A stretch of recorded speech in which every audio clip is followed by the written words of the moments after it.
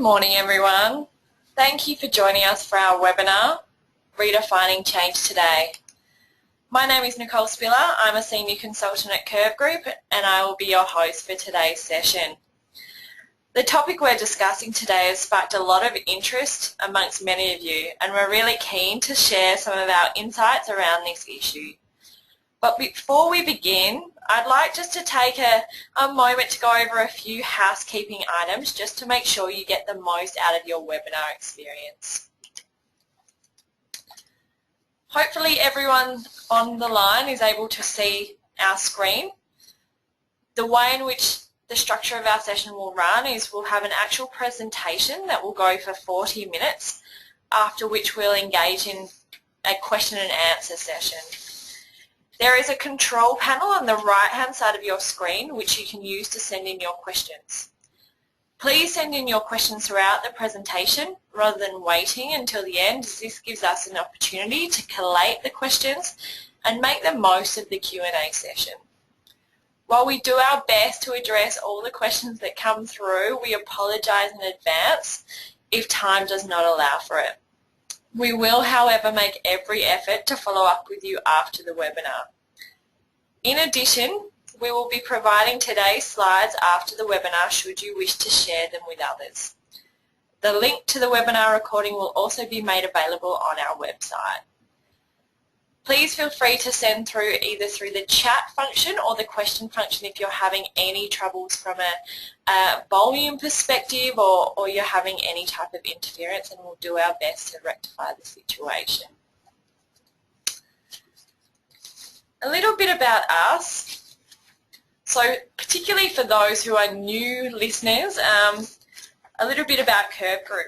We're a business improvement consulting firm with expertise in people, culture and change, and we focus on enabling people strategy. We've just put up a view of our service framework on the screen to show where today's topic fits in terms of our broader service offering. There are three key service areas you can see there. The first one in blue is Inform, which is about clarifying business challenges through diagnostic activities such as assessment, strategic facilitation, functional reviews and workforce planning. In green we have Create. Create is about aligning people to strategy, and it includes areas of work such as organisational design, performance culture, people strategy and talent, and capability work. And finally in orange we have Activate. Activate is about enabling disciplined execution, and the areas of work there include program setup, project management, change management and team effectiveness work. Today's session is about change, and across a number of our projects that we work on here at Curve, change underpins or is the catalyst. But some of the key areas from our service offering that we'll be discussing today include change management, capability work, org design and people strategy.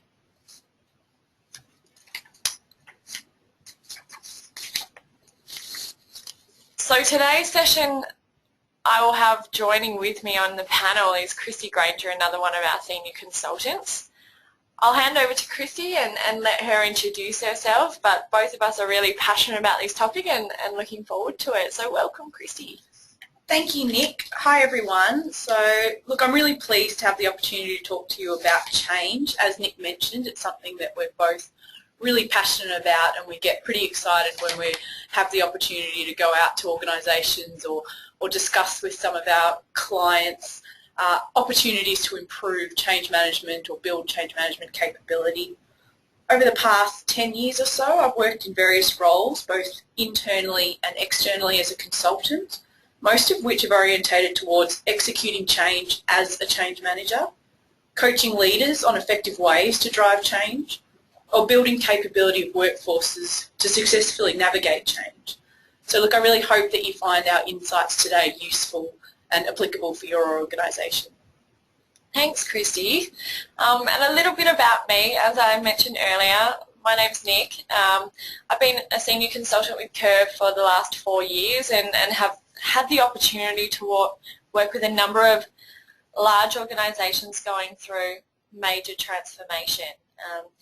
My role on different projects has been as a change manager, as a change lead, looking to develop the capability of leaders and employees to be resilient and able to lead and navigate through those changes, but to also, set up programs of work, how we assess the whole business system to look to align to whatever strategy the organisation is trying to achieve, and understand how we start to move and shift that organisation to really enable that strategy through capability, structure, process or system.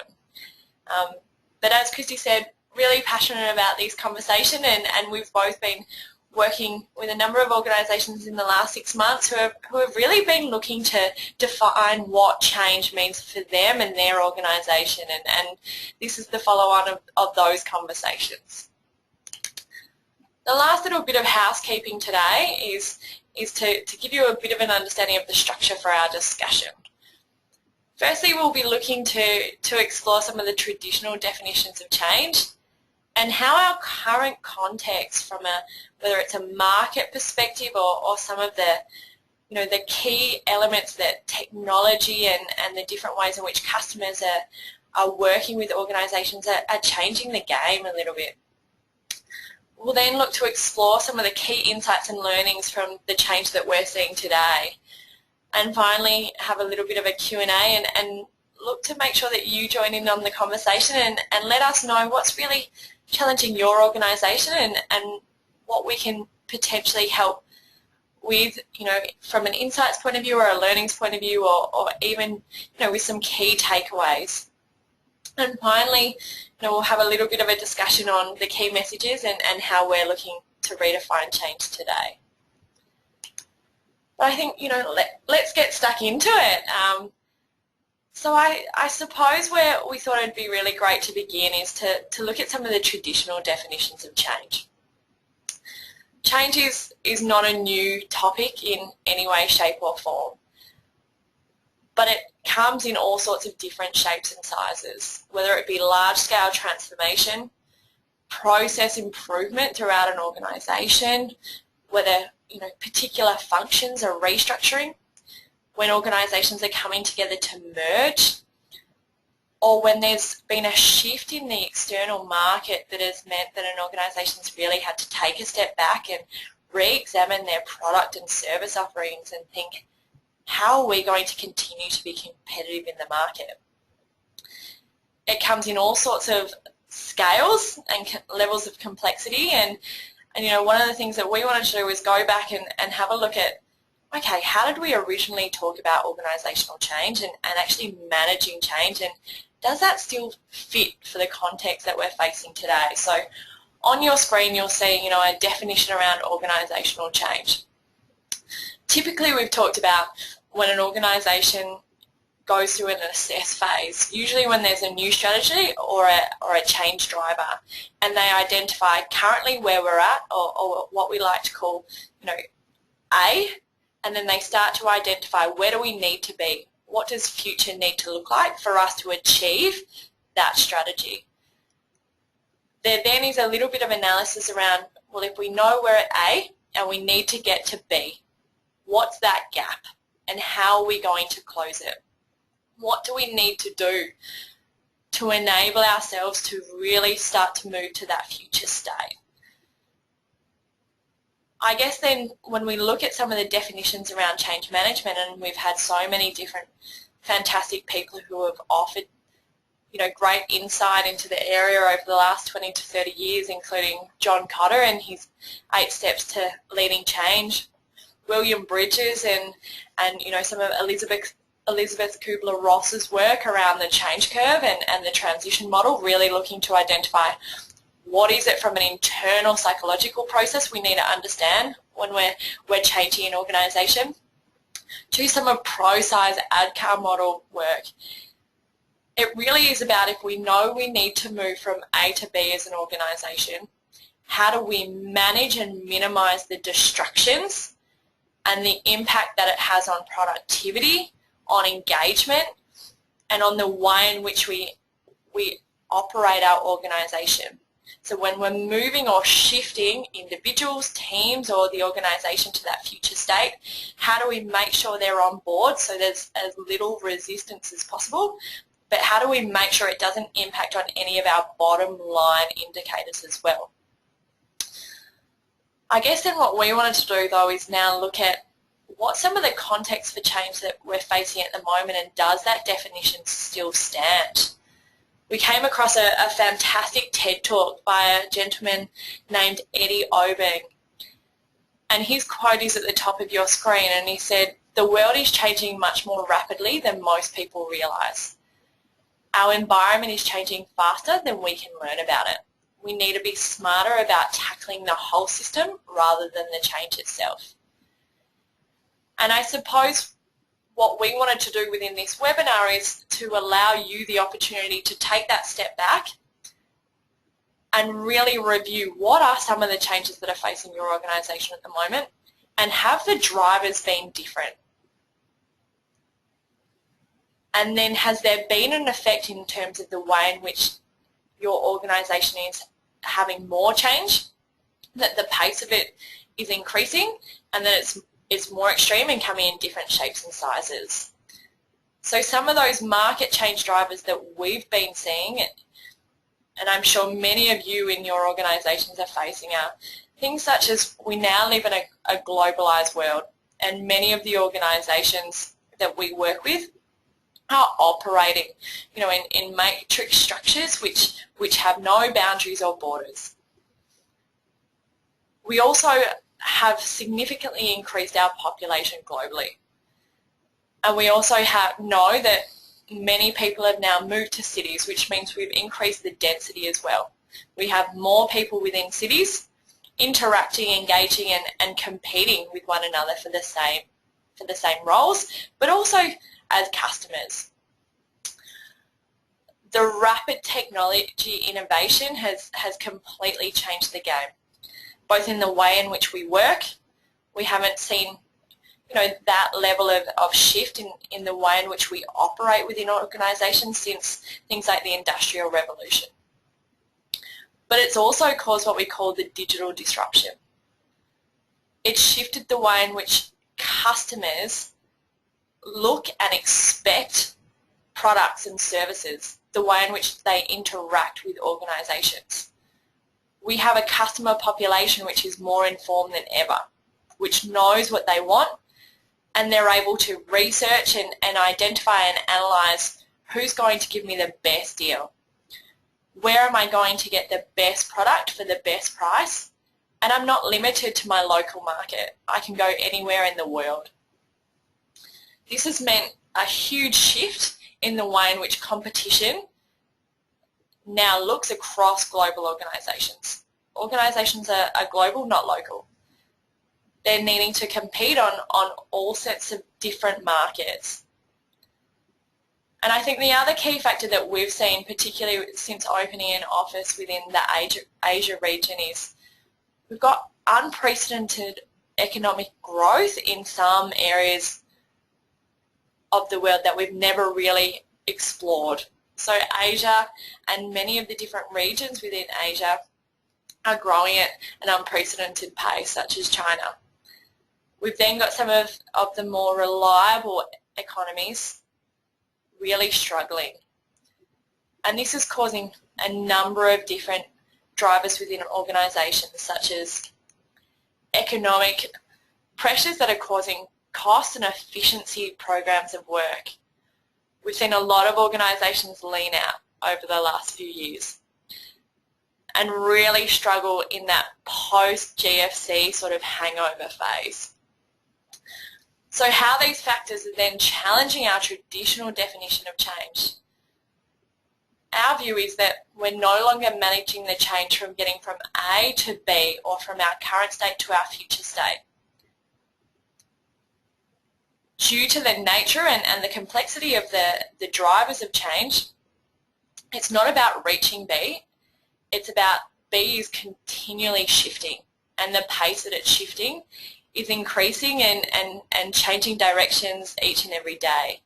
It's about how do we enable our organisations to be agile enough to continually evolve their processes, you know, move to structures that are agile and you know, lean enough to be able to move with the different ways in which organisations need to be structured from a customer and service perspective rather than a product perspective anymore. We know the pace of change has accelerated and the scale and size due to again, that global workforce and that global customer base has completely changed. Organisations are needing to anticipate and move with customers and make sure that they're a part of the digital world, you know, that they have ways in which to interact with customers, ways in which to inform customers and to compete with them. You know, customers are now used to being able to get what they need at the touch of a button. How do organisations help them do this? We've also found that traditional change management models, you know, identify change as a single event. You know, Cotter calls out, we identify the event, we talk about the future state that we want to move towards, we build a case for change around it, and we go through each of the steps to get to that future state.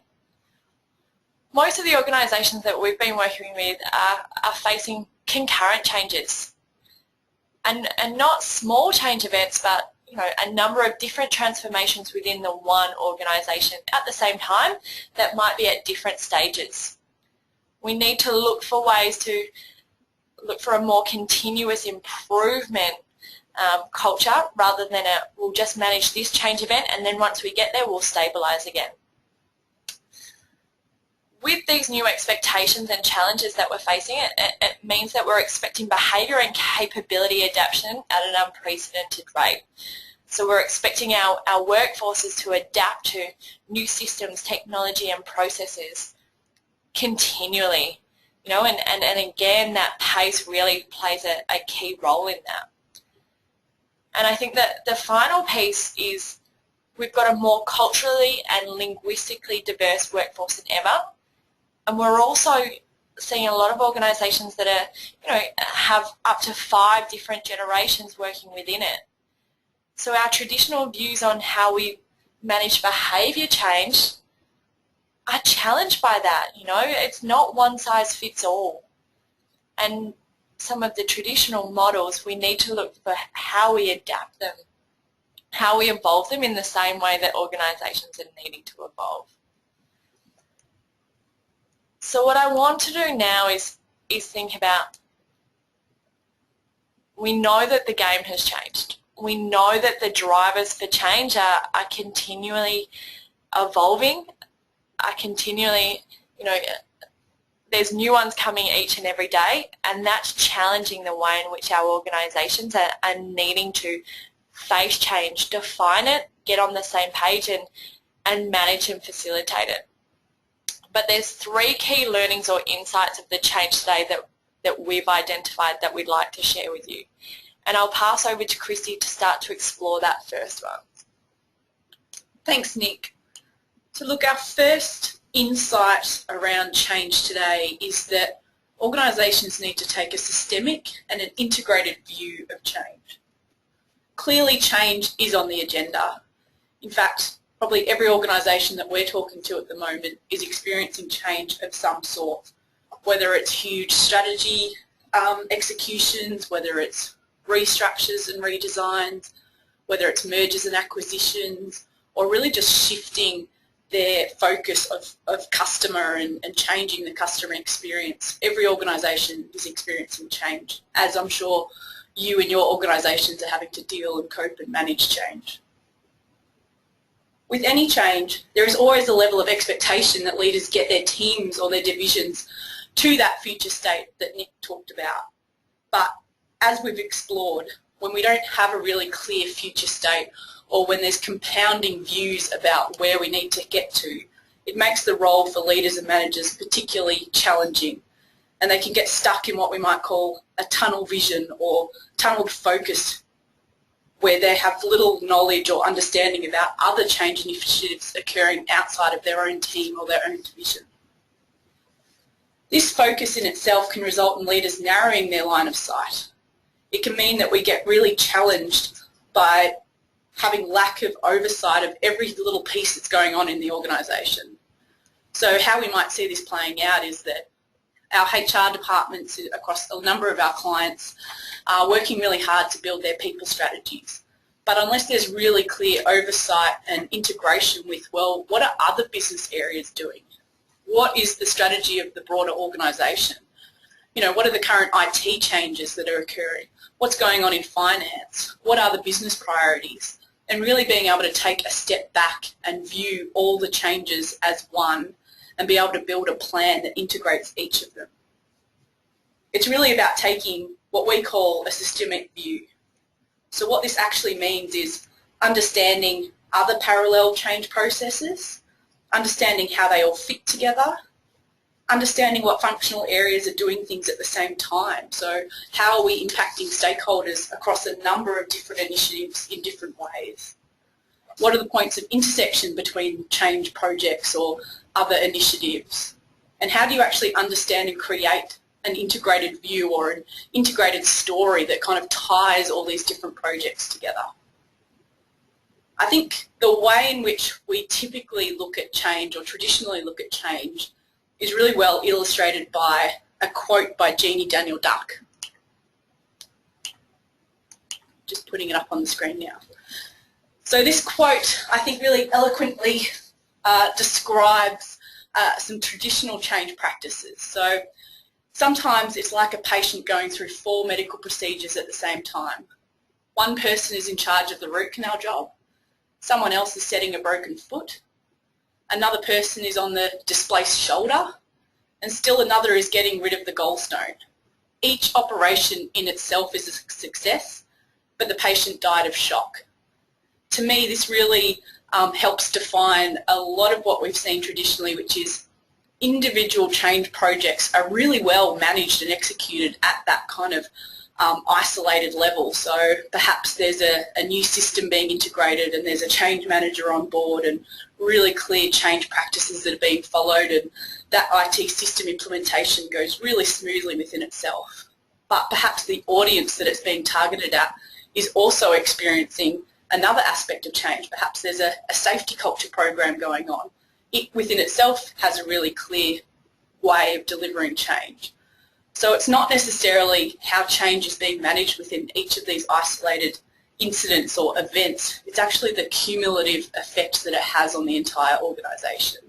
And without having an integrated and systemic view of every single operation or every single change and initiative that's going on, then we really do risk our workforces being burnt out, we risk our changes not being successful, and really we just risk overwhelming the organisation and not necessarily executing the strategy as well as what we could, because we're just focused on so many different isolated incidents. That old lovely term change fatigue really has been coming into the equation quite a bit recently, hasn't it, Christie? Absolutely, absolutely. We know our workforces are change fatigued, but it's not a good enough excuse at the moment to stop our changes, or perhaps the risk is so high that we have to change and we just have to push forward even with change fatigued audiences and workforces. So I think what we're trying to describe in having a systemic or an integrated view is really having an umbrella approach. So whether it's oversight of all the different initiatives, projects, changes that are happening broadly across the organisation, when they're happening, how they're actually being executed, and why. But what we're seeing in the market is that there's a really big gap in this oversight role. It doesn't clearly sit anywhere, whether it's for an actual individual role or whether it's for a function to own. It's making it really challenging for organisations to build an integrated approach because no clear, I guess, role or accountability is given to tying all the pieces together. Some of the challenges we see around this is that different language is being used to describe change. For example, different people talk about it in different ways, whether it's about workforce transition, so perhaps some traditional, restructure and retrenchment and redesign, whether it's transformation and talking about culture change and huge kind of evolution, whether it's just talking about strategy and initiative execution, which, as we know, also has a lot of impact around change. Or, given the dynamic context at the moment, a lot of business as usual activities are actually bringing about a lot of change within organisations. So even just the language and trying to get a snapshot of change occurring can be really challenged by the fact that we're all talking about it in different ways, and how one division views change is very different to another. So where we've been seeing this happen effectively in organisations, it's where leaders are taking the time to build and understand change across the organisation and actually link this change to business objectives. So what we're seeing them do is actually take a step back at the outset and start by having a good look at all the changes that are occurring. So really getting across all the different business units and divisions and teams and understanding, well, what is occurring, how do they fit together, how do others see the changes, and how do these all fit together? So these are the types of questions that help prompt an umbrella view of change, which should be encouraged across all divisions. So our three key takeaways for our first insight around building an integrated and systemic view of change are trying to make sure that your organisation has consistent and current language for change. So is everyone on the same page? As I mentioned, we throw a lot of loose terms around that relate to change, but how do we actually define what is change and what isn't change? How do we define whether it actually needs to be managed per se? Some organisations only refer to change activities, as I said, as being really kind of those point A to point B and what is the gap in between, but we're really starting to see change need to be explored wider than this. So building shared language might mean that you need to seek out the different conversations and planning activities and get involved and try and encourage a shared view and understanding.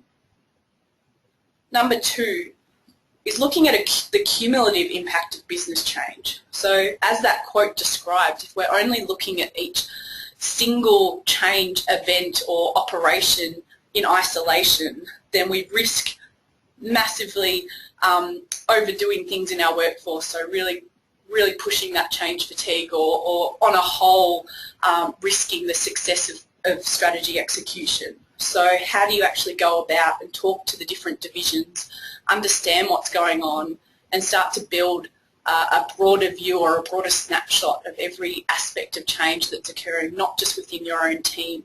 So when you're building your HR strategy or your people plan or your finance strategy, how about going around and talking to different divisions and understanding what their plans are and who it's going to touch and when. And finally, a third key takeaway is to build a change roadmap that considers the whole organisation and it actually creates an integrated story. So a lot of workforces that we've dealt with recently have a whole bunch of different change activities occurring, all these different things coming at them, but without a really clearly integrated story that ties them all together. So if we're able to even just go out with a united front to the workforce and explain we're on this journey, this is our roadmap, it requires several change activities, we're going to have system implementations, we're going to have culture change activities, we're going to train our leaders in leadership skills. Really being able to tie everything together so it has an integrated and systemic view and it clearly communicates a shared vision both to your workforce and to your shareholders, so it's not just a whole bunch of activities hitting them at once.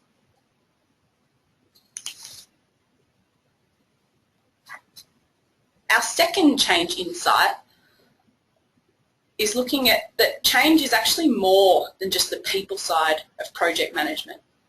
This is probably one of the traditional views of change management, considering it to be about the emotional aspects of project management. So people describe it as being about managing people impacts, managing the psychological transition that people go through as they adapt and come to terms with change, or about taking people on the journey of change.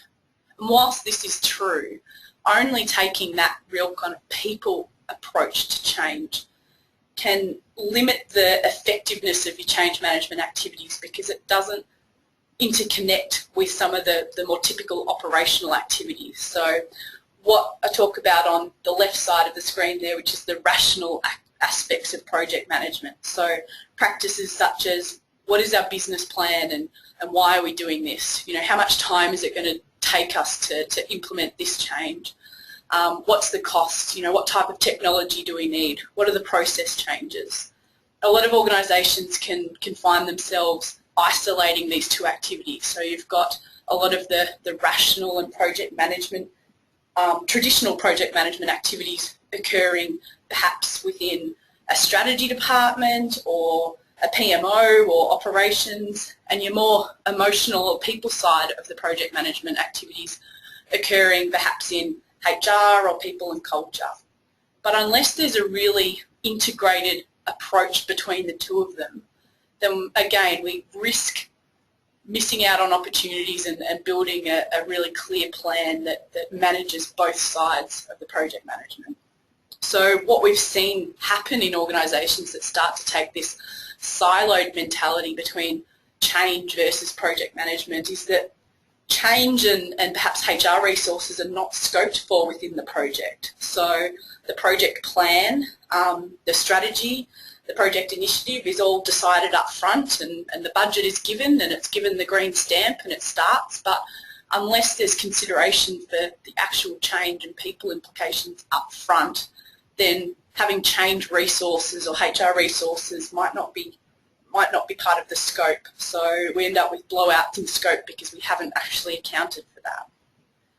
We've seen change analysis occurring in isolation of process, technology, financials, market review. So as I mentioned, a real silo mentality forms between project team members looking at different aspects of change without a really good, clear, integrated conversation that manages the dependencies between them. So if we execute technology in this way, this is the impact it's going to have for our people. But perhaps how do we feed that conversation back the other way and say, well, if we know that the people impact is this, we actually need to change the technology or the way it's being rolled out. Finally, it can also just result in multiple plans, documents, multiple stakeholder engagements occurring across the initiative. So you end up with a project schedule, an individual change plan that isn't necessarily clearly integrated, multiple stakeholder plans, one's looking at project and progress reports, one's looking at actual change consultation. So it's probably a lot of opportunity to integrate. And I think the tension between this rational and emotional aspects of change and project execution is perhaps better highlighted by considering the evolution of change practices. So traditionally we've only ever considered business planning, strategy development and project management. So this is depicted in box number 1 on your screen. So it had very little consideration of change impact and it was long before change was in vogue. Over time and through education and introduction of change methodologies and research, we've started to bring these two processes side by side. So a lot of organisations have introduced change management tools and practices. But perhaps, 5-10 years ago, these activities still sat side by side to each other with no interconnection, which really, as I mentioned, loses those opportunities to integrate and bring the two together. Where we see a lot of organisations sitting today is probably in box number 3. They have sophisticated business planning and change practices, and they overlap to a degree, but they're still quite isolated. So we're still seeing gaps in how change impact analysis is being pulled back into the business plan. We're still seeing gaps in actually having change being considered up front to the project. So where we think we should be heading and starting to see some organisations move into this space is actually box number 4, which is a fully integrated view and approach to both business, project and change planning. So it's all wrapped up together. It means that change management becomes part of the upfront business planning and it's integrated within every aspect of the project life cycle. It also means that it takes a broader view than just people. So how do you encourage an integrated view of change that is more than just about the people? Our 3 key takeaways are integrating your project and change management practices, rather than having two plans, two processes working in parallel. As I mentioned, most organisations we see have practices and tools in either. It's really important to consider conversations up front within projects about how you bring them together, and also making sure that change management considerations are brought in very early on in the project, even in just the planning stage. Consider change impacts and readiness outside of just people. So even when it does sit within perhaps a people function such as HR, trying to bring a real business readiness or impact assessment to change. So looking at, well, what's the impact on process? What's the impact on technology and systems? What's the impact on financials? Really bringing, I guess, maybe a 7S model or a systemic view to assess things outside of just people and training and communication and culture, but really starting to look at some of those more rational aspects of impact as well. And finally, ensuring that there is a feedback mechanism to inform the planning and implementation. So your findings in your change analysis should influence the implementation approach. Sometimes taking a real risk-based view to this can help make change tangible for business leaders. And what I mean by this is using perhaps a risk profile. So analysing change impact by high, medium, low, analysing readiness by high, medium, low. You know, really being able to give a bit of a traffic light system so that business leaders can see the hot spots and where there is the greatest risk, and therefore be able to inform the planning and implementation based on that. And I'll hand over to Nick for our third and final insight around change today. Thanks, Christie. So our third insight considers the mechanisms available to drive, implement and sustain change across the organisation. If change is the new constant and it's only going to get more progressive and faster, then having a workforce that is agile, adaptive and resilient will enable your organisation to keep pace more efficiently and effectively.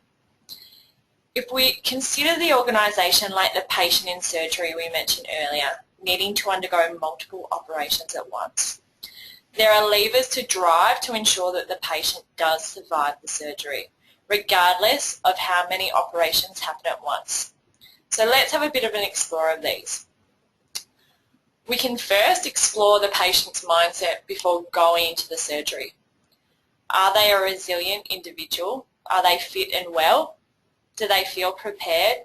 And do they understand the need for the surgeries? We can consider the patient's level of skill both before and after the surgery. Again, are they fit and healthy? Do they know what physio activities to do? Do they have the skills to cope with the pain and recovery? And finally, we can bring some process and order to the operations to help reduce the risk to the patient. Which ones are most critical right now? Which can be consolidated? And how can the surgeons work together to ensure a seamless and structured approach to the organisations? And this is when we see in organisations it's so critical to talk early about sequencing and the way in which to plan out different change work. I think these concepts are so important in today's context. We know that most workforces are change fatigued and not ready to undertake all these surgeries right now. But the majority of organisations we're working with don't have the luxury to keep using Band-Aids and Panadol to hold off on major change. Preparing an agile and resilient organisation that has the capability to execute, manage, lead and navigate change is critical. We've worked with many organisations to help develop and drive these different levers in different ways. The challenge for one client recently, preparing for large-scale change across the majority of their workforce, was to build the resilience and agility of their people to best support them to manage ambiguity and ongoing change. What we helped them put in place included a clearly defined approach to prioritising and embedding change across the multiple engagements and initiatives. A suite of modules aimed at building skills in resilience and change leadership, both for leading others but also for leading self, as as any leader going through change is first, really going through that as an individual and needing to cope and understand and manage themselves before putting their leadership hat on and playing the expected role that the organisation needs them to play. There's also been the introduction of change models that help build awareness of the different emotions and reactions that are normally associated during change, such as the change curve by Dr. Elizabeth Kubler-Ross or William Bridges' transition model, which really helps different workforces identify what are some of the feelings and behaviours that are associated with change that are normal and okay, but that we need to help them understand how to move forward through. A scalable and flexible design to enable Australia-wide deployment with minimal disruption to operational activities. Like we talked to earlier, and this is one of the consistent elements of the traditional definitions of change management, all organisations need to continue to be productive, safe, and also enable growth within their organisations whilst changing. It's really critical to understand how we minimise the impact on operational workforces and how we can look to design, whether it's capability modules or different interventions that are accessible to different types of organisations. So sometimes in regional and rural areas, how can we look to online and e-learning modules? How can we look to coaching and peer networks, but also make sure that any kind of module is bite-sized, and that's not significantly impacting on operational release time. An alignment to other existing programs across the organisation is critical to ensure continuity and integration of change concepts, language and tools. And finally, a practical, relatable and holistic content to meet the needs of a highly operational and diverse workforce, ensuring that tips and tools for dealing with change can be applied in the workplace and shared with family and friends. When an organisation is going through major change, it's not just the individuals within that workforce, it's what's the impact on other parts of their lives. And it's really important to consider this, and take a systemic view to different individuals within that workforce lives as well as the whole organisation. So in utilising these different levers for change, our key takeaways are: number one, focus on developing capability across all levels of the organisation to enable them to cope, lead and manage change. But make sure you clearly differentiate between these. The skills for actually managing a change initiative are different to that of a leader communicating change within their team, which is again different to an individual knowing how to cope with a sense of loss, understanding how to continually build and work on their change fitness and resilience and well-being. Number two, communicate and encourage behaviours that focus on managing the well-being of employees. This is often underestimated or a missed opportunity. Employee health and well-being during times of change is particularly challenged. Opening up dialogues orientated around mental health, stress, anxiety and physical wellness are really important and needs to be an accountability for everyone within the organisation. How do we make sure when we're seeing a peer at work seeming to really pull on their neck or showing signs of ongoing headaches and migraines or anxiety, how do we make sure everyone within that team sees it as part of their role to go over and say, are you okay? Do we need to make some time as a team so that you can take, an extended lunch to go to the doctor and make sure everything's okay? And finally, it's important to develop simple and user-friendly tools, again aligned to those different audiences of managing, leading and navigating change. So that's the sort of presentation part of our webinar. What we'd really love to do now is open up the conversation to you. and explore some of the questions that have come throughout the presentation. Please feel free to send a question through now, and we'll do our best to answer them all. But I think we'll kick off our question and answer session with a question from Nicole. Would you like to read that out, Christie? Yeah, so look, we've got a few coming through, so I appreciate you sending your questions as we're talking, and now, as Nick mentioned, is a good time to send them through. So question from Nicole: how do you influence and shift the mindset of staff who are so fatigued by the pace and frequency of change? I think, look, Nick just covered it a little bit, touched on this a little bit, talking about building capability. You know, we're experiencing this a lot in organisations, that there is the pace and acceleration of change, there is the need for change, but workforces are change fatigued.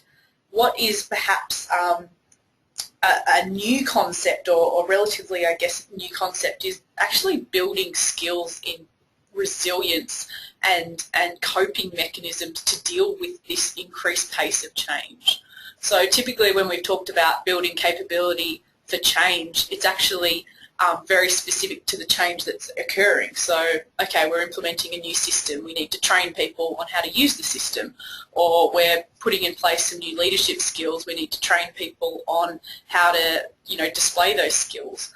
What's relatively new, and actually we're getting a lot of demand for it, is actually designing and executing programs that are about just building mindset, resilience and coping mechanisms to deal with change regardless of what the change is. Nick, you might want to touch on this a bit. And I think, you know, to Christie's point, it's more about that sustainable ability to adapt and be agile and have the mindset around, you know, as an individual, like in the way in which I look after my own physical health and well-being, I need to be doing that from a mental and a mindfulness perspective as well. We need to make sure that each individual within an organisation understands how to build that up over time, and then when particular change events occur, how to manage that, how to identify some of their signs or symptoms or triggers for when they're starting not to cope as well, and then what are some of the really practical strategies to deal with that, to make sure that they're really working to build up that fitness and ability to cope. So hopefully that answers your question a little bit, Nicole. You know, and I think it's a really important one, and there's a lot of new research coming out through positive psychology as well that we're looking to adapt into our practices around, you know, some great models such as the 5 ways to wellbeing that a lot of organisations are looking to adapt into everyday elements of their work and what they're encouraging within their workforces. There's also some fantastic apps which really help, you know, build that mindset around how do I, you know, each and every day look to make sure I'm ready and able to deal with whatever challenge faces me. So rather than focusing really on the event, that I've got a sustainable approach to how I'm managing my own mindset around change. Yeah. And I'll just add to that, one model that we see work really well across a number of audiences is circle of concern, circle of influence. I think when people are so change fatigued, giving them an aspect of control or choice is really important. So whilst they might not have any control or influence over the changes that are occurring, a model like circle of concern, circle of influence helps them recognise that they can actually control and influence how they cope. So how do they view this? How do they navigate this? How do they actually show up each day, and what attitude do they bring? So, you know, it sounds a bit simplistic, but we've seen it resonate really well with workforces to just think through, well, look, the organisation has to go through this, and having a really good understanding about why the change is occurring is absolutely number one. But then being able to give them some simple tools that help give them choice about how they actually manage it, and providing as much support as possible. So thank you for that question, Nicole. That was a great one. Our next one is from Karen. Karen's question is, where should change sit in an organisation in order to gain the integrated and systemic view? This is one that we've actually been debating quite a bit internally here at Curve, and based on a couple of pieces of work that we've been doing. So great question, Karen. I think there's not necessarily a right or wrong answer around this one, and I think it really is about, though, within each organisation there's probably a little bit of a different response, but the most important part for us is it needs to sit in a position that can clearly integrate across, whether it's your business function, that's changing, but also your project. Lots of organisations have PMOs, your project management function, but also then the people function. So whether it's your HR or your sort of people and culture function.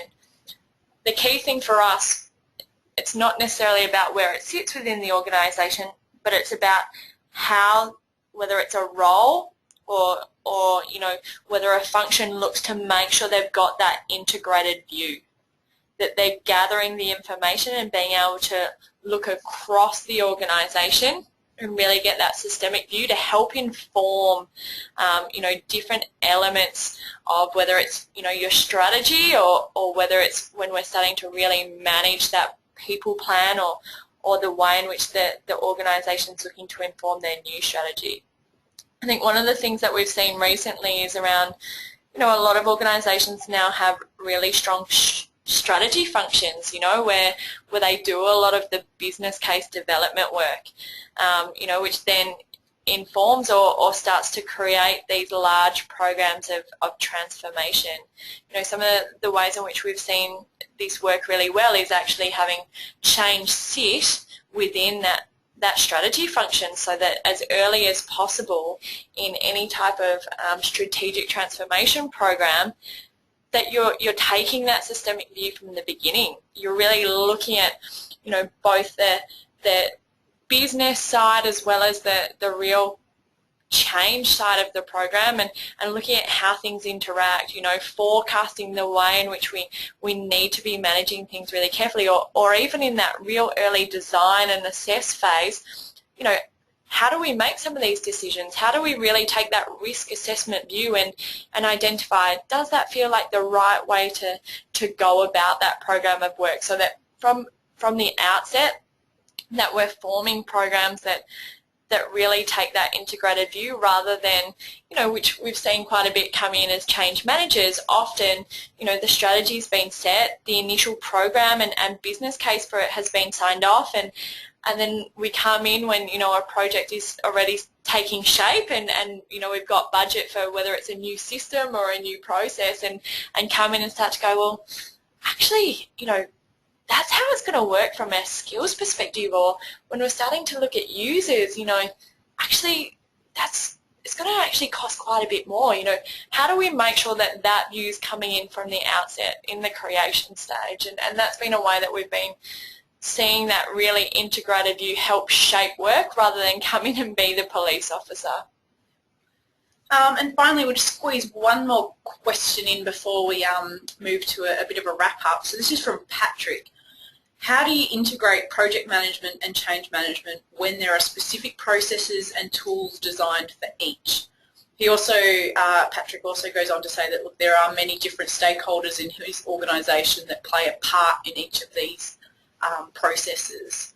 So thanks, Patrick. I think this is a challenge we're seeing within organisations, and we certainly do appreciate that it's not something that you can fix overnight, and being able to bring two perhaps quite mature processes that are probably owned by different areas of the business and pull them all together and roll it out in one nice package. It's not something you're going to be able to do easily, and as you mentioned, there are many different stakeholders usually involved, many different aspects to bringing buy-in between the two. I think what we have encouraged within organisations, and even where we've actually been playing the role as a change manager within organisations, is starting to have the conversation with the project manager just at that real tactical level to say, well, if the methodology perhaps dictates what deliverables come out of project management versus change management, what are the opportunities to actually integrate them? So are there actual outputs, actual activities such as stakeholder consultation, risk assessments. How can you actually bring those activities together so you're having an integrated view? Instead of going out to stakeholders and one person in the project team discussing technical needs, another person reaching out to that same stakeholder and having what does this mean for change and what areas of resistance do you see in your organisation, but being able to bring those conversations together. So I think, it is a topic that we want to explore a bit more around how to actually integrate, and we'll go on to that next, because it's actually a topic that we think we'll be running a webinar on in the future. But I'll give you the short answer is that it's something that will take a little bit of time and influencing the different parties. But if you're worried about bringing some tactical ways of integrating as soon as possible, then really starting with the way that you're talking with project managers, the way that you're facilitating conversations, and just being able to bring aspects together as much as you can. Okay, well, unfortunately that's all we have time for the Q&A section of today. We want to make sure that we wrap up really well so that you've got some key messages and takeaways to hopefully put into place in your organisation, but we will touch base with those who sent through questions that we didn't get an opportunity to answer.